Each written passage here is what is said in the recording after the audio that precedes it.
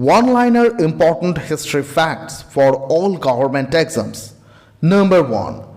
আওয়াধের তৃতীয় নবাব সুজাউদ্দৌলা ছিলেন দিল্লির উজির। তিনি 5ই অক্টোবর 1754 থেকে 26শে অক্টোবর 1775 পর্যন্ত আওয়াধে শাসন করেছিলেন। নাম্বার 2. স্যার থমাস মুনরো চাষিরা যাতে কোনো মিডলম্যান ছাড়াই ব্রিটিশ সরকারকে ট্যাক্স দিতে পারে এবং নিজের জমি নিজেরা ভোগ করতে পারে, সেই কারণে 1820 সালে বোম্বে ও মাদ্রাজ প্রেসিডেন্সিতে চালু করেন রায়তওয়ারি বন্দোবস্ত। নাম্বার 3. শিখদের 10 জন গুরুর মধ্যে দ্বিতীয় গুরু গুরু অঙ্গদ গুরুমুখী লিপির প্রচলন করেন। নাম্বার 4. বাংলার শেষ স্বাধীন নবাব ছিলেন শশাঙ্ক। নাম্বার 5. 31 ডিসেম্বর 1600 খ্রিস্টাব্দে ব্রিটেনে তখন ইস্ট ইন্ডিয়া কোম্পানি প্রতিষ্ঠিত হচ্ছিল, তখন ভারতের সম্রাট ছিলেন আকবর।